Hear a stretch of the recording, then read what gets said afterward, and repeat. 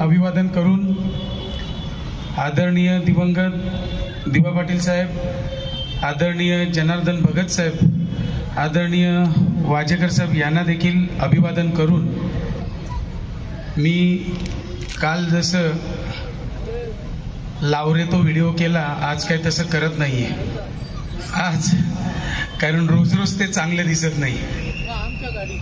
आज आपण शहरामध्ये मीटिंग घेतोय. खारकोपर म्हटलं की आमची पहिले 7 गावं, 7 गावांची जत्रा आठवल्याशिवाय आम्हाला राहत नाही. आणि आत्ता या जत्रेत सामील व्हायला माझ्या भारताच्या कानाकोपऱ्यातून हे सगळे नागरिक आलेत. त्यांचं देखील एकदा जोरदार टाळ्या वाजून आपण कौतुक केलं पाहिजे.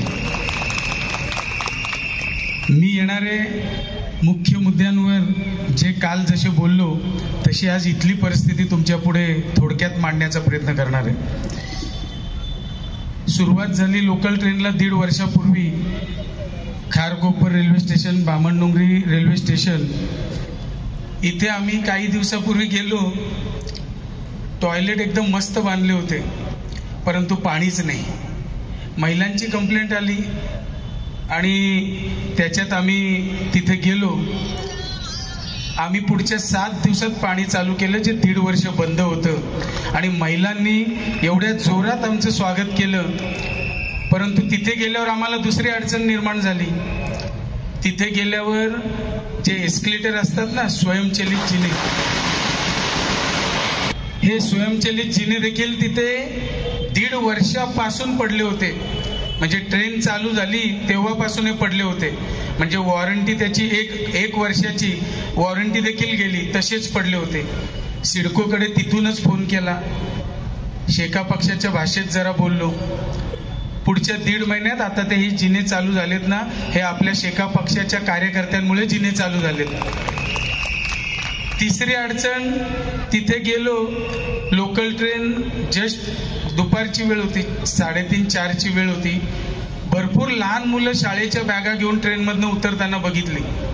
बरीचशी मुलं होती, मुलं मुली लहान होती, त्याच्यात मध्यम 7वी 8वीची 5वी 6वीची. विचारलं, अरे शाळा किती वाजता सुटते? 4:30ची गोष्ट होती. म्हणे 3 वाजता. कुठून आलास? तर म्हणे नेरुळवरनं. एक जण मानखुर्दवरनं, पण त्याच्यात बरेच जण होती. तर बरं, मग 4:30 नेरुळवरनं इथे यायला तुला एवढा वेळ का? तर म्हणे दादा, ट्रेन 1-1 तासांनी असते. आता जर ही परिस्थिती अशी असेल तर ह्याच्यावर काय लक्ष द्यायला पाहिजे? मग माझ्या मनात आलं, अरे जर या लहान मुलांचं असेल तर सेम ऑफिसची पण वेळेची अशीच भानगड इथे असेल. म्हणजे सकाळच्या किमान 2-3 फेऱ्या वाढवल्या पाहिजे. संध्याकाळी शाळा आणि ऑफिसेस जेव्हा सुटतात त्यावेळी 2-3 फेऱ्या वाढवल्या पाहिजे. आता ही मीटिंग आम्ही 2-3 वेळा केली. गेलो रेल्वे ऑफिसला. तिथे आम्ही सगळी मंडळी आम्ही गेलो. त्यांना सांगितलं, परंतु रेल्वेचा कायदा थोडा कडक असतो. कडक म्हणजे की त्यांची प्रोसेस असते.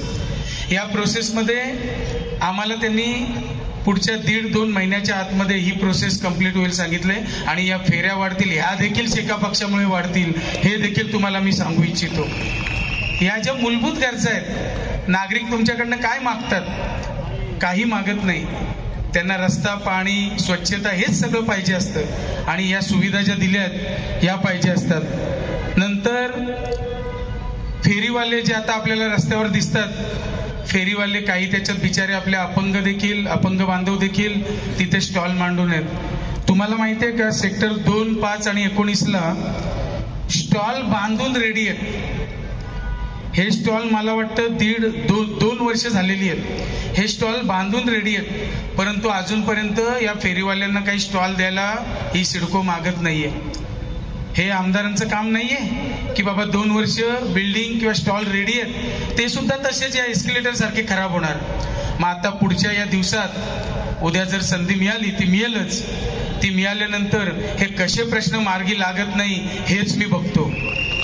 नंतर तिसरा प्रश्न माझ्या पुढे, जो पोस्ट ऑफिस, आता एवढी लोकसंख्या ते लाखोने वाढली आहे. 52,000 फक्त मतदान आहे, परंतु लाखोने लोकसंख्या इथे नागरिक भारताच्या कानाकोपऱ्यातून राहायला आले.